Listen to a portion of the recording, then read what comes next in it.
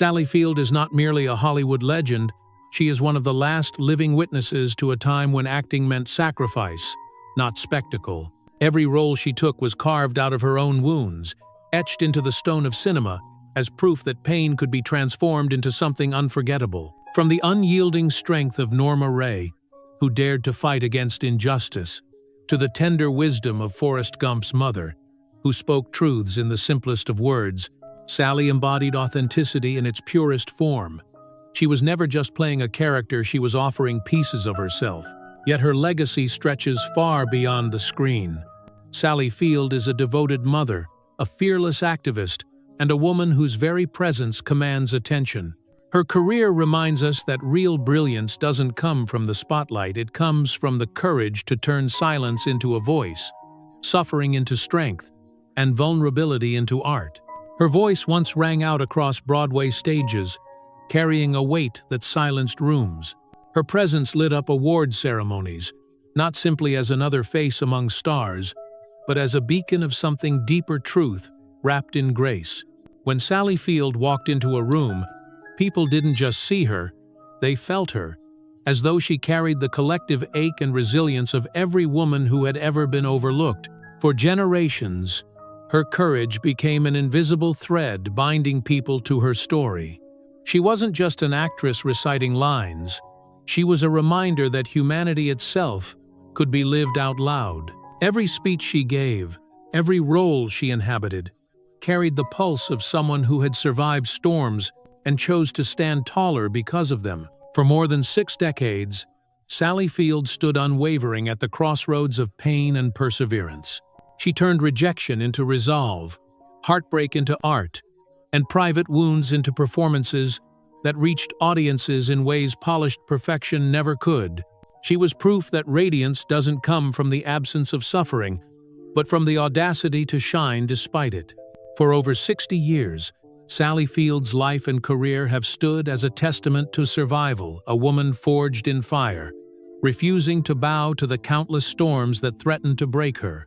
She did not merely endure her hardships, she transformed them into art so raw, so unforgettable, that it left audiences breathless. Every performance carried fragments of her scars, woven into something luminous. She became a living symbol of resilience, a reminder that dignity can bend without ever breaking, that even in silence, strength grows roots. But life has a cruel way of saving its harshest blows for the final chapters. After decades of victories and wounds, Sally, at 78, would face a storm so devastating it stripped away even the thin armor she had built over a lifetime. The tragedy that unfolded in her late 70s was not just another trial, it was the most merciless test yet. For a woman who had already carried abandonment, betrayal, heartbreak, and near-death survival, this final chapter would prove that even legends are not immune to the cruelty of time. And as we walk with her through the triumphs and shadows of her journey, we begin to see just how heartbreaking her story at 78 truly is. The most haunting chapters of Sally Field's life were not written on a Hollywood set, but in the suffocating silence of a house in Pasadena.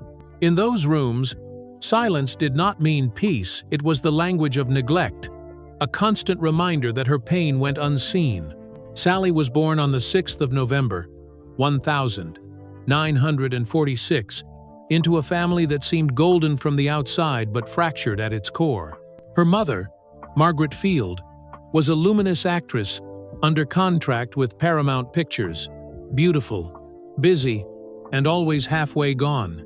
Her father, Richard Dryden Field, a decorated World War II veteran, carried the weight of stern discipline and frequent absences.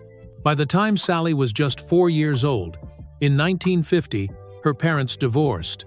The rupture was not simply a split between two adults, it was the shattering of the only fragile foundation she had ever known. What should have been rebuilt into something safe and stable instead collapsed into something quieter, colder, and infinitely more fragile. For a child desperate for security, Pasadena was no sanctuary. It was the first stage on which Sally learned to perform not for applause, but to survive the emptiness left behind by two parents who couldn't hold their world together. Not long after the divorce, Margaret Field remarried. To the outside world, Jock Mahoney was everything a child might admire: an accomplished stuntman, handsome, charismatic, a man whose smile could charm entire rooms. To neighbors and colleagues, he seemed like a gift, a figure of strength and adventure who could restore what Sally had lost. But behind the closed doors of that Pasadena home, his charm dissolved into something far more sinister. By the time Sally reached 13, the sacred trust a child should place in her caretakers had already been shattered.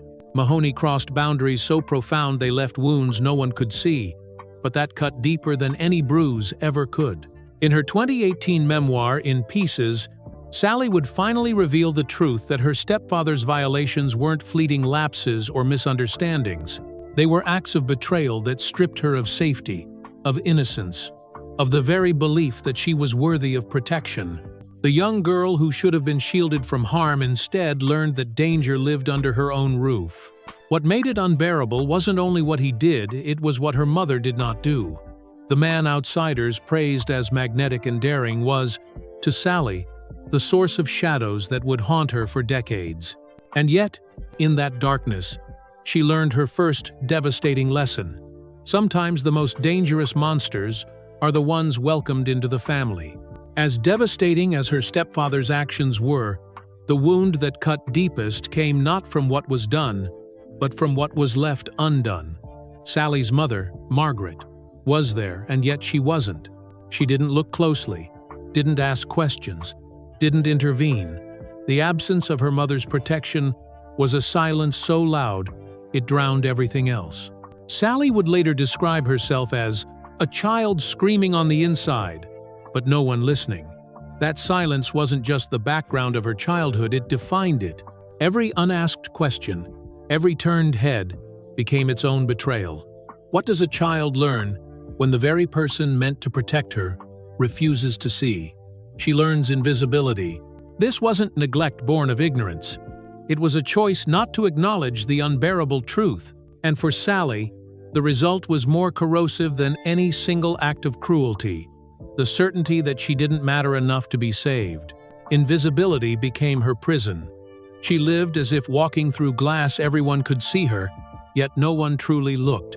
That unbearable paradox would follow her for years, seeping into her relationships, her self-worth, and even her understanding of love. But within that same prison of silence, a strange seed began to grow. If her mother would not hear her, if her screams dissolved into air, then Sally would have to find another way to speak. And that way, unexpected, desperate, almost accidental, would become acting. In the suffocating silence of her home, Sally discovered an unlikely escape. Acting was never about ambition or fame in those early years, it was survival. On the film sets where her mother worked, she would watch other actors speak words that carried truth, words she herself could never say out loud in her own house. Watching them was like breathing for the first time after being underwater too long. At school, she found sanctuary in the drama classroom. On stage, she could shed the invisible skin of the frightened girl and step into someone else's life, someone braver, louder, freer. Acting let me be someone who didn't feel afraid, she would later confess. Every role was not just practice but a lifeline, a fragile bridge between despair and endurance. The stage lights, however modest, felt warmer than the cold walls at home. When she performed, even in small parts, she wasn't the silenced daughter anymore. She was seen, heard, and valued. For the first time, she realized she could exist outside of the shadows cast by her family. That fragile hope would grow stronger one night at a high school party in the early 1962nd. A talent scout happened to notice something in her presence, a quiet intensity she couldn't hide. He offered her an audition at Columbia Studios.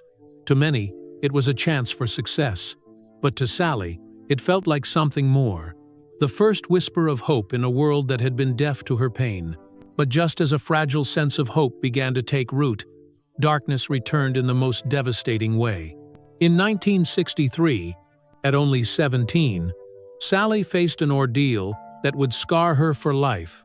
An unplanned pregnancy after a fleeting encounter at a graduation party. It wasn't love, not even intimacy in its true sense. It was confusion, pressure, And once again, silence surrounding her at the very moment she needed care the most. Instead of support, she was met with cold detachment.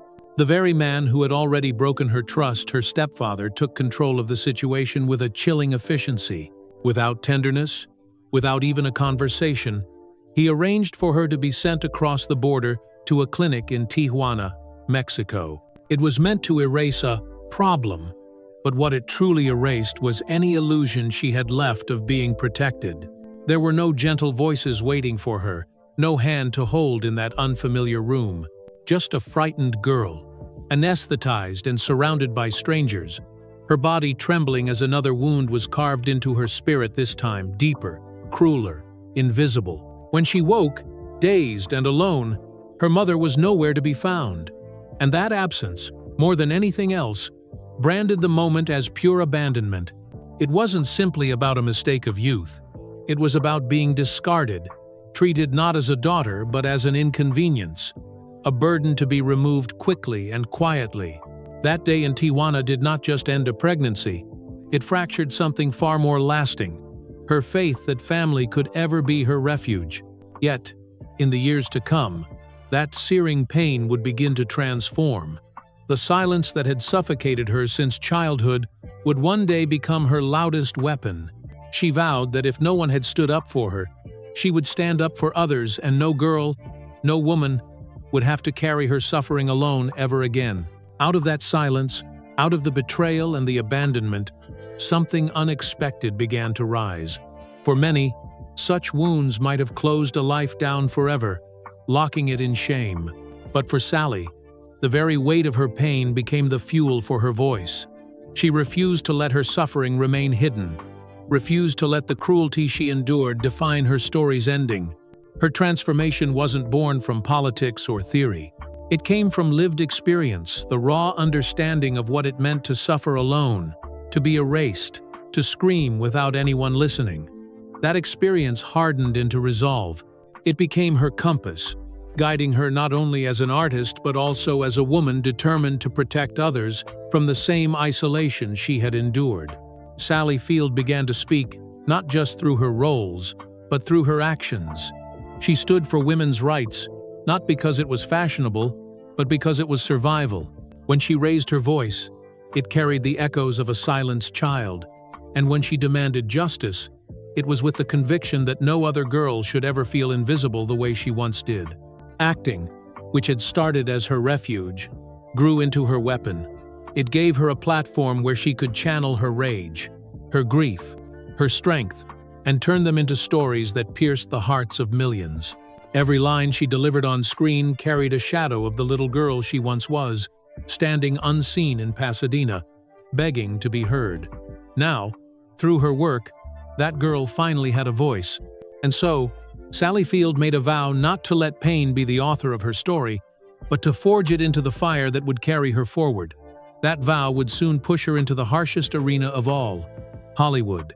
Armed with little more than raw, unpolished talent and a willpower carved out of pain, Sally stepped into the unforgiving labyrinth of Hollywood in the mid-1962nd.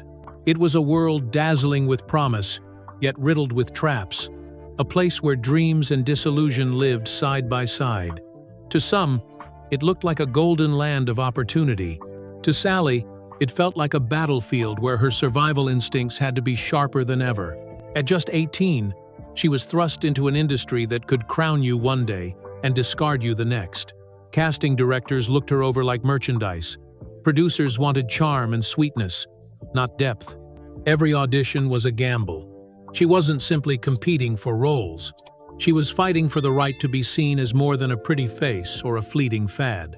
Hollywood was not designed to nurture souls like Sally's, it was designed to consume them. Behind the glitter of red carpets lay the machinery of typecasting, gossip, and manipulation.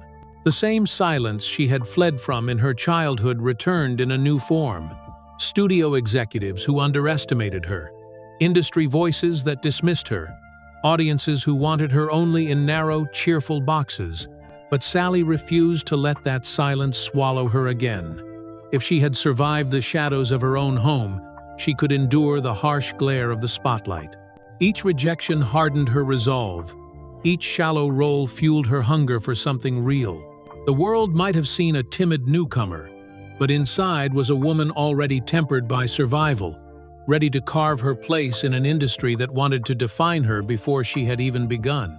Hollywood was her next trial, and she was determined it would not become her final cage.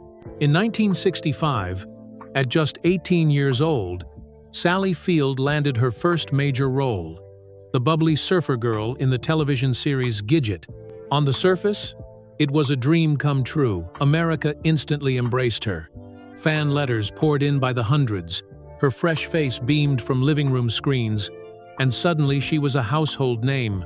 For a girl who had once lived in silence, the attention felt like proof that she finally mattered. But beneath the glossy success, Sally felt the sting of limitation. Gidget was lighthearted, cheerful, even charming, but it also painted her into a corner. To the industry, she wasn't an actress with depth. She was the cute, lightweight girl next door.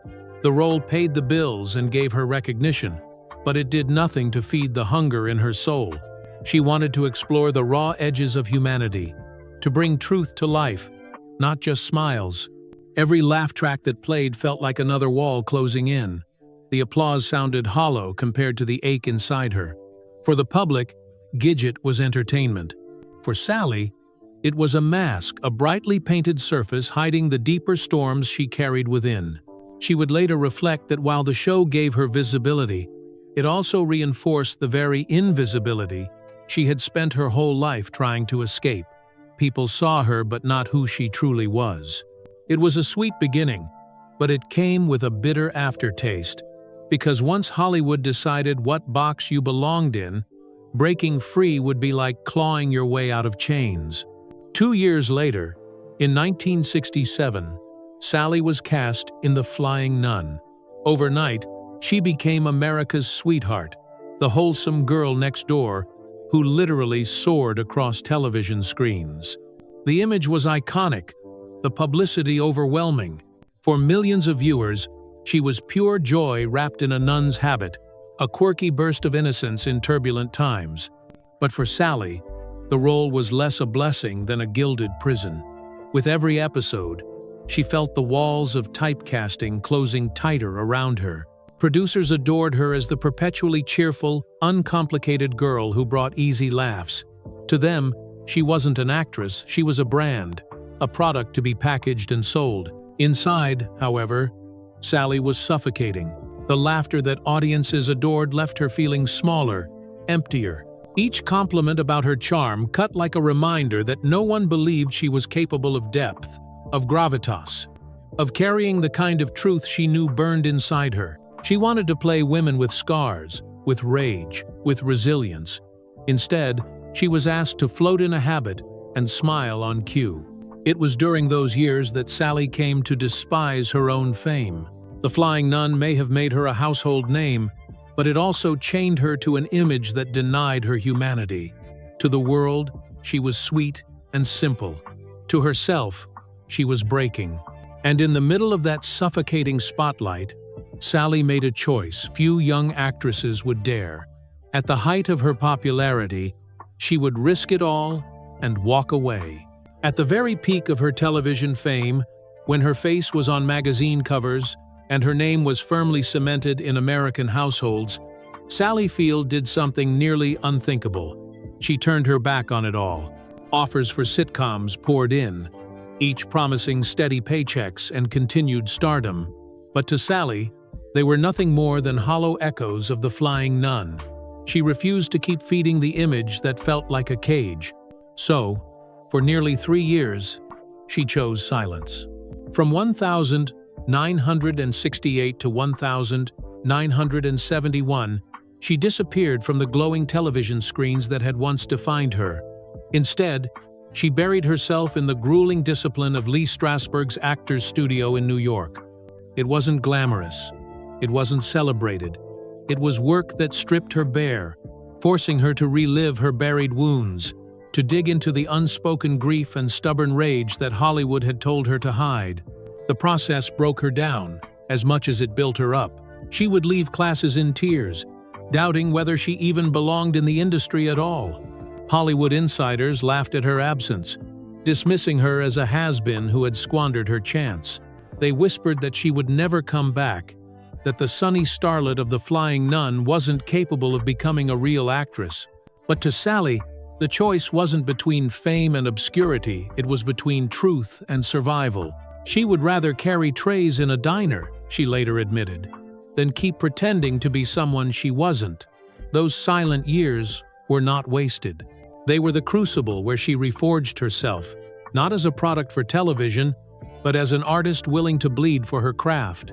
It was a gamble most actresses would have never dared to make.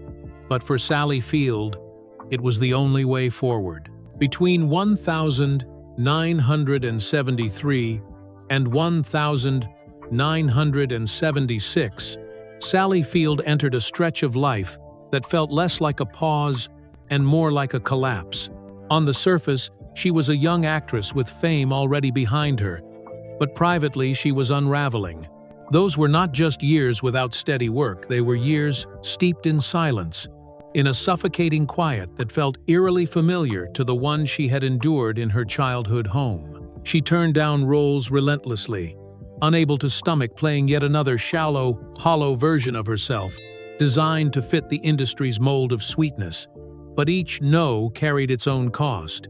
With every rejected offer, the fear grew louder. What if Hollywood had no place for her anymore? What if she had traded certainty for nothing?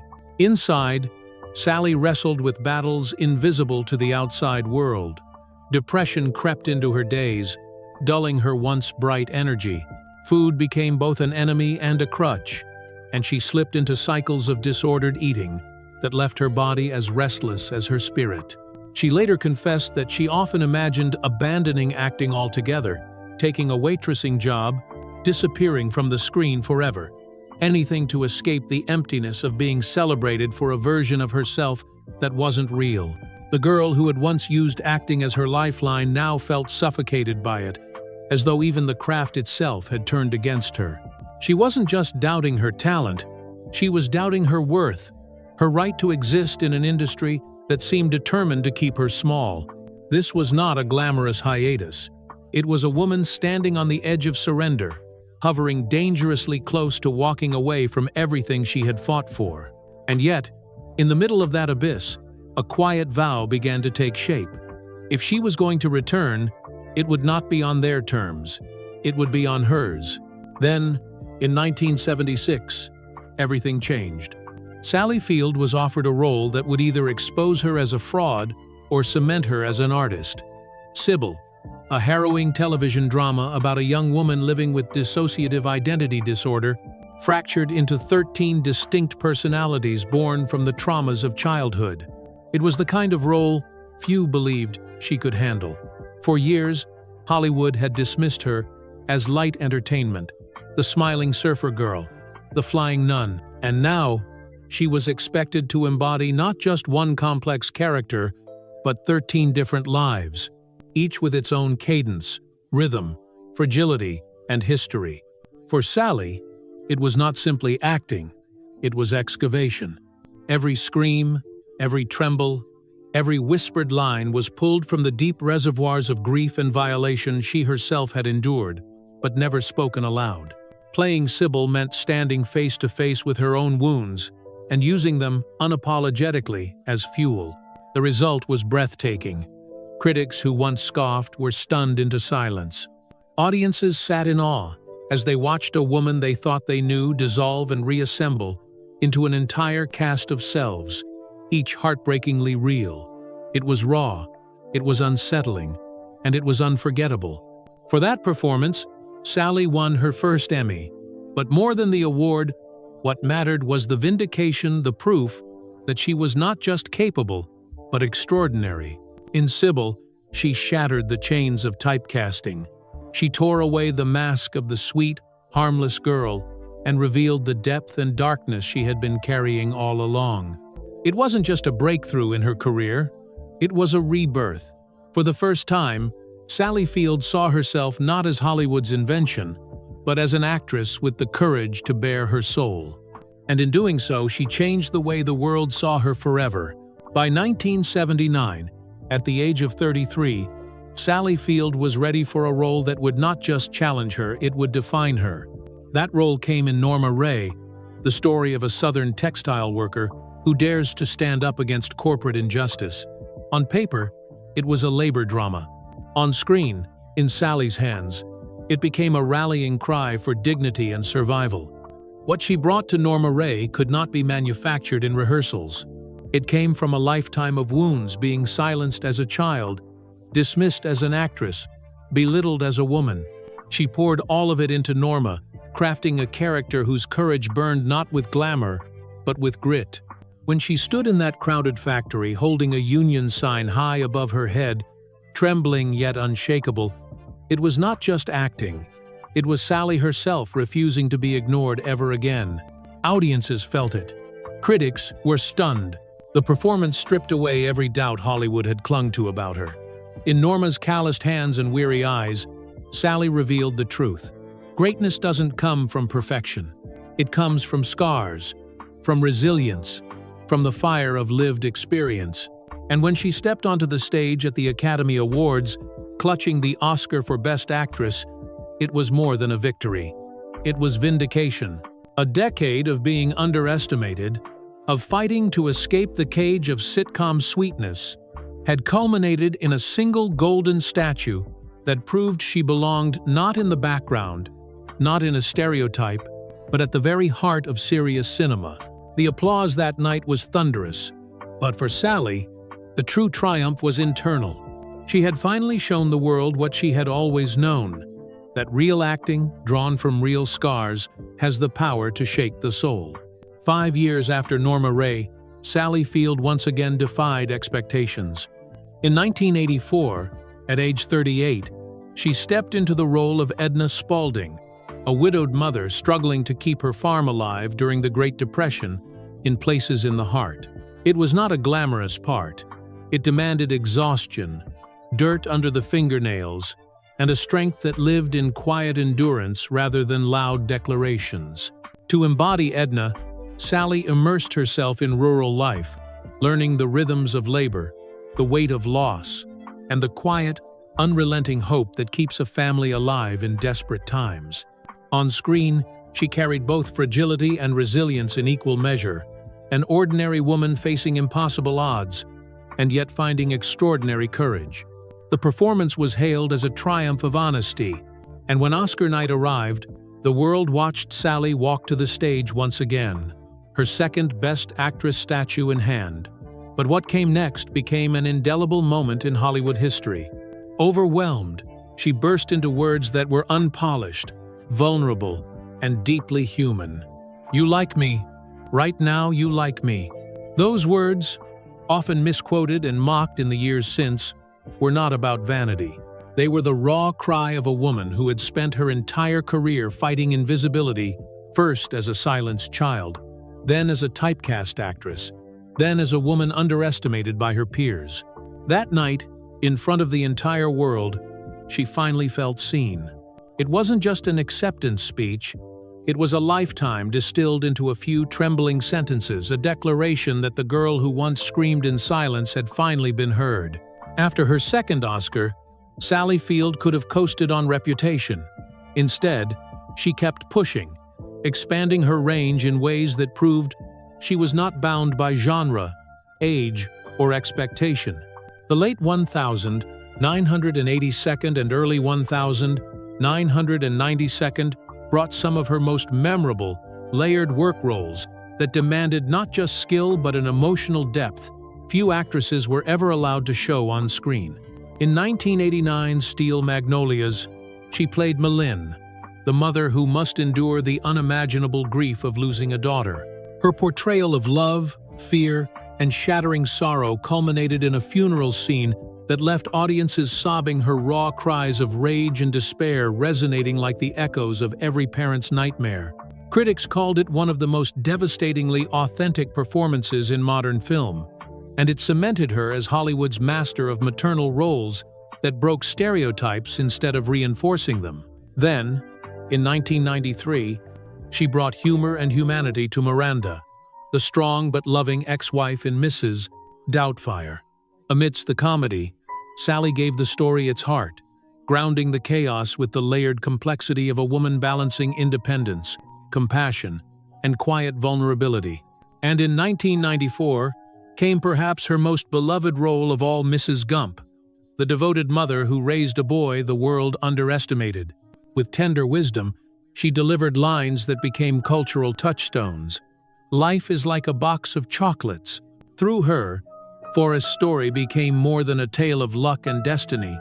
It became a testament to the unconditional love of a mother who believed in her son when no one else did. These roles weren't just milestones in her career, they were proof of her versatility, of her ability to move from heartbreak to humor to wisdom with seamless grace. And yet, every triumph carried its own invisible weight. Each time she fought for complex roles, she had to confront a Hollywood reluctant to give women, especially women past a certain age, the same depth it handed to men without question. Sally Field's answer was always the same. She met every obstacle with nuance, defiance, and truth. Her characters reminded the world that strength does not always roar. Sometimes it speaks in a trembling voice that refuses to break. By 2012, Sally Field was 66 years old, an age when Hollywood often stops offering women roles worthy of their talent. But Sally, as she had done her entire career, refused to let the industry's narrow vision define her. When Steven Spielberg approached her for Lincoln, asking her to play Mary Todd Lincoln, she knew this was not just another role. It was a chance to inhabit history, to embody a woman as misunderstood as she was revered. Preparing for the part, Sally gave herself over completely. She gained weight to mirror Mary's physical presence, pored over historical records, and studied the intimate letters of a woman who had endured public scrutiny, profound grief, and the loneliness of standing beside one of history's most towering figures. Sally wasn't interested in imitation.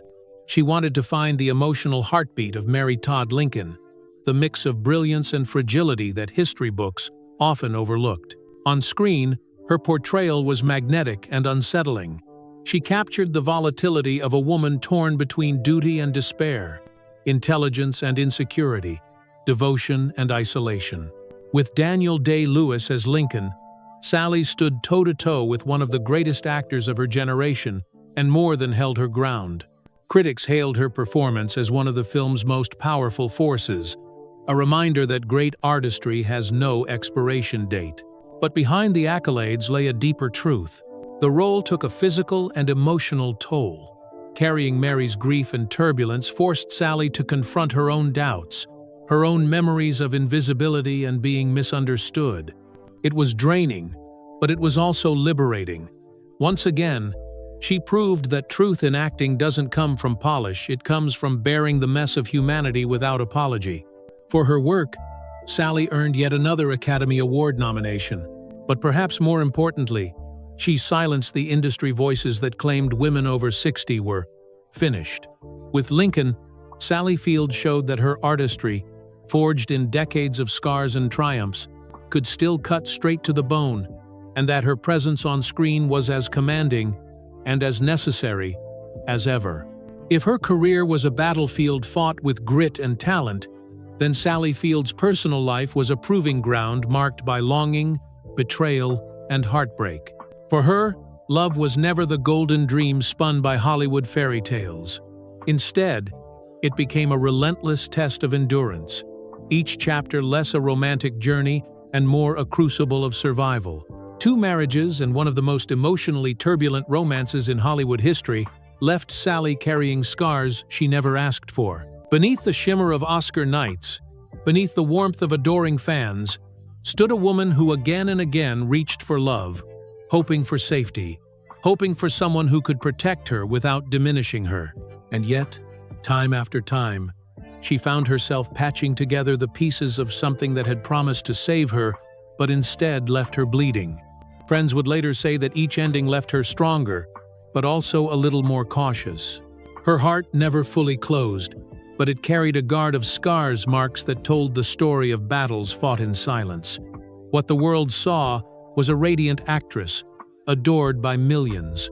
What they didn't see was the woman who, behind closed doors, was quietly teaching herself a painful truth: that sometimes love is not a refuge, but another storm you must learn to survive. And yet, even as her heart endured fracture after fracture, Sally never stopped believing in love. What changed was her understanding of it. She came to see that true love could never come at the expense of her soul. That recognition, hard-won, bittersweet, would shape every relationship that followed. In 1968, when Sally was just 22, she married her high school sweetheart, Stephen Craig. To a young woman who had spent her childhood surrounded by chaos and neglect, the idea of marriage felt like a safe harbor, a place where she could finally rest. She dreamed of building a home that was steady, unshaken by the storms of Hollywood, a sanctuary where laughter could drown out the echoes of her past. At first, that dream seemed possible. Within a few short years, Sally became a mother. Peter was born in 1969, followed by Eli in 1972. Their presence lit up her life with a joy so fierce it startled her, as if she had finally discovered a compass strong enough to guide her through the turbulence of fame and disappointment. The sound of her children's laughter filled her home with sunlight she could hold, a warmth she had never known as a child. But even the brightest joy couldn't mend the fractures quietly forming between husband and wife. Stephen's ambitions pulled him in one direction, while Sally, exhausted by sleepless nights as a mother and the grinding demands of Hollywood, was drifting in another. The emotional distance wasn't explosive. It came like a tide, slow and quiet, rising higher each year until the waters stood between them, cold and unbridgeable. Looking back decades later, Sally admitted that even in the heart of family life, she often felt invisible. In her memoir In Pieces, she confessed, "I played the role of the devoted wife, but I was disappearing in plain sight." What was supposed to be her refuge became instead a mirror reflecting her isolation, proof that love, even wrapped in family, could leave her unseen.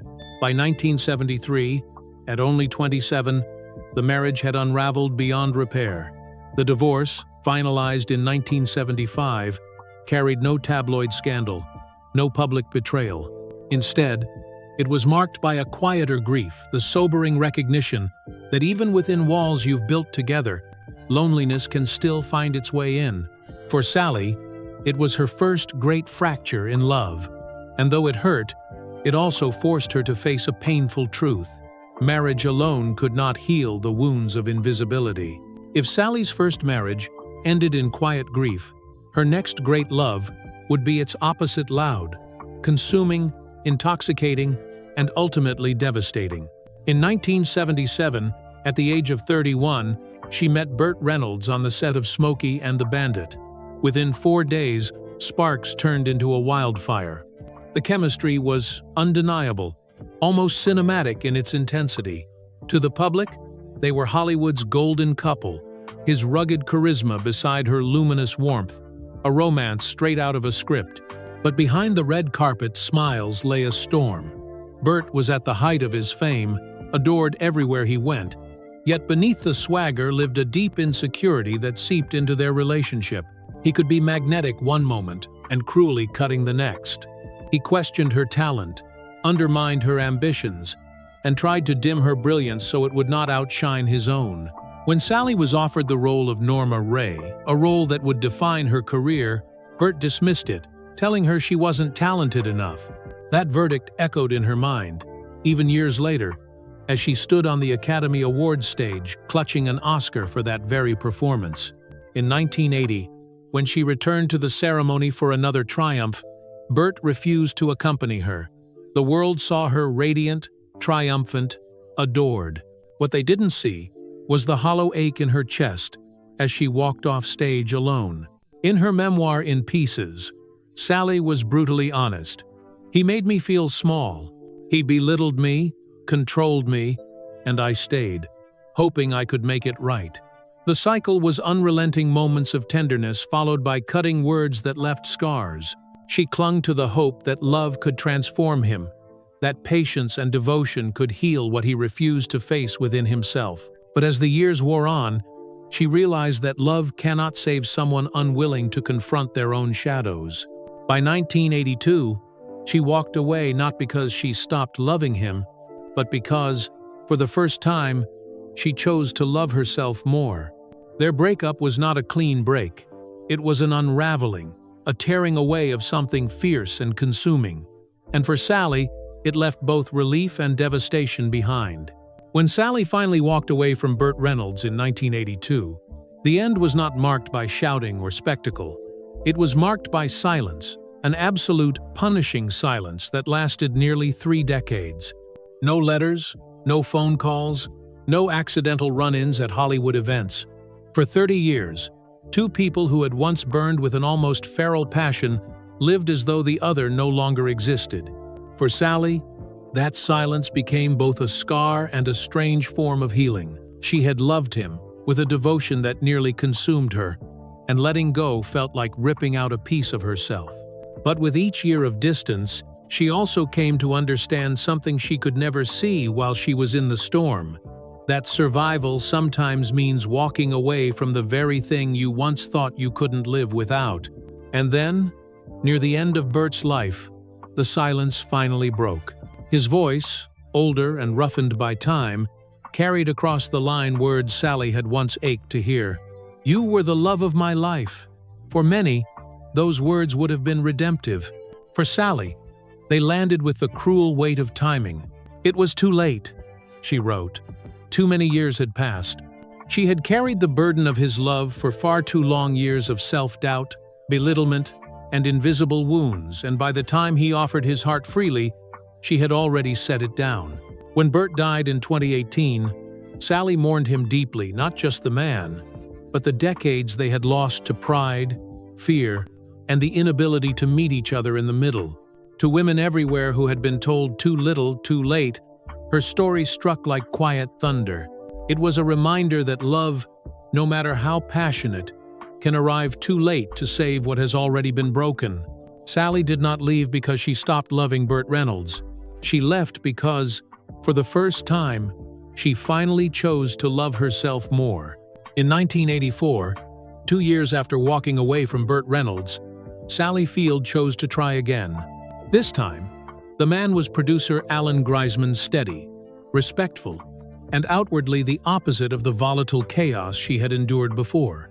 To the outside world, their union looked like the long-awaited calm after decades of emotional storms. And in many ways, it was. In the early years, their partnership carried a kind of gentleness that felt new. It wasn't fiery, it wasn't cinematic, it was steady. For Sally, that steadiness was like cool water after years of fire. She could breathe again, build again, imagine a life that wasn't always on edge. In 1987, their son Sam was born, and his arrival gave her another anchor, another light strong enough to cut through the shadows of her past. When Sam later came out as gay, Sally's love for him only deepened. She became not just a proud mother, but also a passionate advocate for LGBTQ+ rights. She often said that Sam's courage made her braver, sharpening her own voice as an activist who believed in unconditional love. For a while, the life she shared with Greisman seemed like the harbor she had always searched for. But calm does not always equal connection. Over time, the quiet waters of their marriage began to erode. There were no betrayals, no scandals, no violent clashes. Instead, there was the slow drift of two people living in the same house, but different emotional worlds. What had once felt like safety began to feel like distance.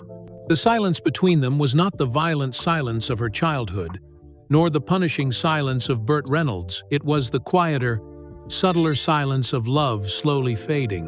By 1994, at the age of 48, Sally recognized the signs she had ignored before. This time, she didn't confuse endurance with devotion.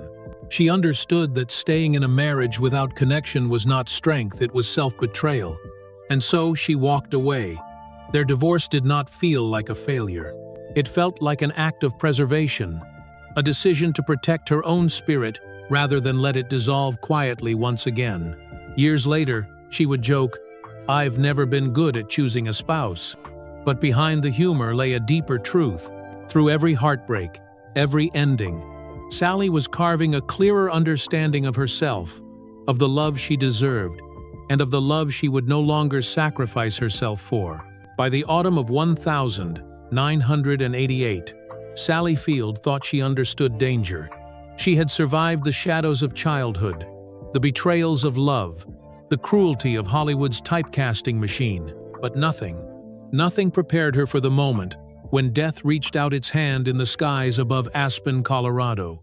On the 29th of October, Sally boarded a private jet owned by television icon Merv Griffin. Beside her were 3 family members. The air was crisp with the scent of snow, the mountains standing still and silent as the plane roared to life. She fastened her seatbelt, her thoughts drifting toward dinner plans, the coming week, the everyday rhythms of life. Then, in an instant, everything fractured. Just seconds after takeoff, the engines faltered an ugly stutter, like a heart skipping a fatal beat. Gravity seized them.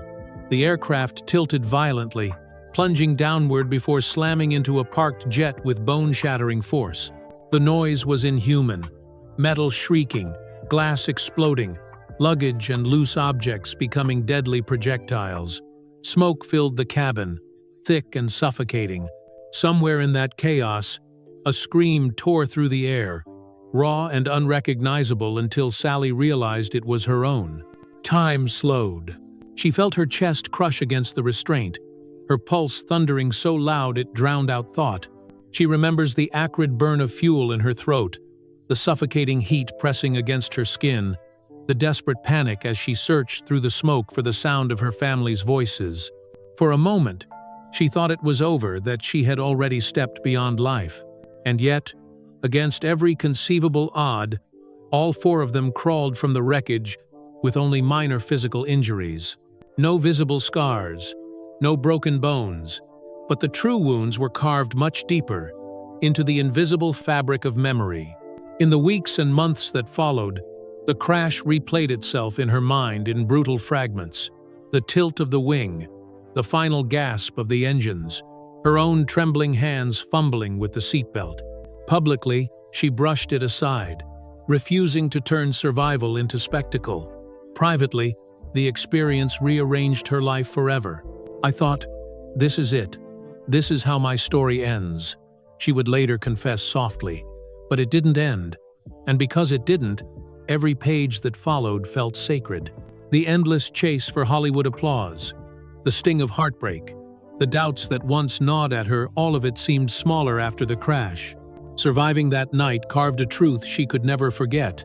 Life hangs by the thinnest of threads, and every breath afterward is both a burden and a blessing. Surviving the crash did more than jolt Sally Field into gratitude. It rearranged her very sense of living. She had stared death in the face, tasted smoke in her lungs, felt steel shudder and break beneath her. And, when she walked away, something fundamental shifted. From that point forward, life was no longer about the next role, the next award, or the next applause. It was about presence, about the fragile sweetness of ordinary days. In her late 70s, Sally no longer lives in the glare of Hollywood. She has built a sanctuary in Pacific Palisades, a 2,800 square-foot home perched high in the Castellamare Hills, its windows opening to an endless horizon of the Pacific Ocean.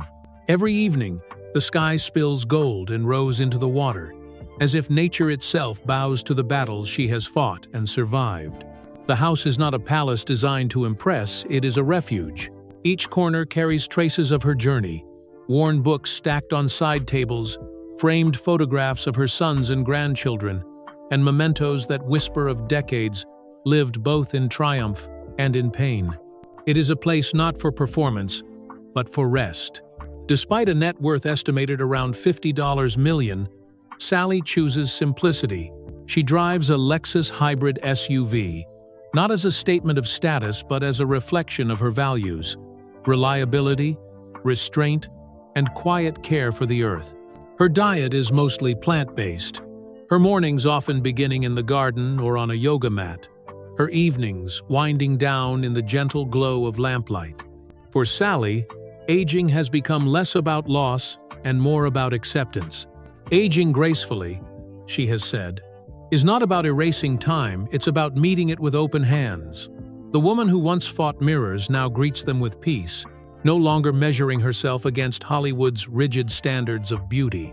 Now the mirror reflects someone freer, she admits, her smile carrying the weight of decades of hard-won self-respect.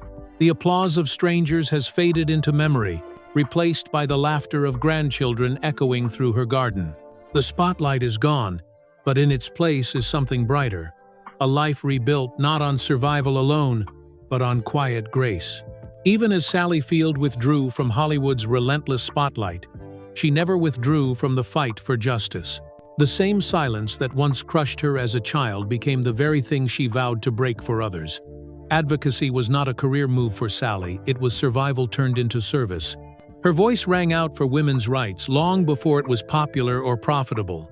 She spoke openly about reproductive freedom, her words carrying not abstract arguments but the weight of lived experience, the memory of a terrified 17-year-old girl abandoned to strangers in Tijuana. When Sally stood before crowds and said that no girl should ever suffer alone, she spoke as someone who had lived the cost of silence. Her advocacy didn't stop there. When her youngest son Sam came out as gay, Sally's love didn't falter, it deepened. She became one of Hollywood's fiercest allies for LGBTQ+ rights, proudly accepting the Human Rights Campaign's Ally for Equality Award in 2012. On that stage, her voice was steady, resolute, her words wrapped in a mother's unshakable devotion, that every child deserves love without condition. She also lent her strength to causes beyond her family. In 2019, she marched alongside Jane Fonda in Washington, D.C., demanding urgent climate action. At nearly 73, Sally allowed herself to be handcuffed and arrested, a quiet but defiant gesture to show the next generation that age is no excuse for silence. Her activism was not performative. It was intimate, urgent, and deeply personal. Whether speaking on gender equality, LGBTQ+ rights, or climate change, she reminded the world that advocacy is not about shouting the loudest, it is about speaking the truest. To Sally, her legacy was never meant to be measured only in Oscars and applause. It was to use her platform to defend the invisible, to give voice to the silenced, and to remind those living in the shadows that they are not alone. Sally Field's story is not just one of stardom, it is a chronicle of survival, of scars carried with grace, of a spirit that refused to be extinguished. From the silent corridors of her Pasadena childhood to the unforgiving glare of Hollywood's spotlight, she walked a road lined with betrayals, heartbreaks, and storms that could have broken anyone else. Yet Sally did not simply endure them. She alchemized them into art, into activism, into a life that continues to shine far beyond the screen. Her legacy cannot be measured solely in the 2 Oscars gleaming on her shelf, nor in the decades of applause that once thundered through theaters. It lives in something quieter, but infinitely more lasting: the lives she has touched. She showed the world that strength can wear the gentlest face, that beauty lies not in perfection but in authenticity, and that even those who seem to have everything may carry invisible burdens. To many, Sally Field became more than an actress. She became a voice for the silenced, a defender of the vulnerable, a maternal presence for generations who saw their own struggles mirrored in hers. She didn't bend to Hollywood's rigid rules, she reshaped them. In doing so, she carved out a space where honesty stood taller than artifice, where vulnerability became its own kind of power.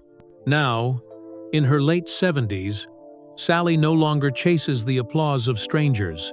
Instead, she tends to her garden, laughs with her 5 grandchildren, and savors evenings on her deck overlooking the Pacific moments, simple but profound, each one carrying the weight of survival and the sweetness of peace. The roar of the crowd has faded, but her light has not dimmed. If anything, it burns warmer, steadier, stronger. Sally Field's life reminds us of something essential. Pain can forge power, silence can be broken, and even from the fragments of a broken past, beauty can rise whole and luminous. Her story belongs not only to Hollywood but to anyone who has ever felt invisible, unheard, or unworthy, and needed proof that survival itself can become a legacy.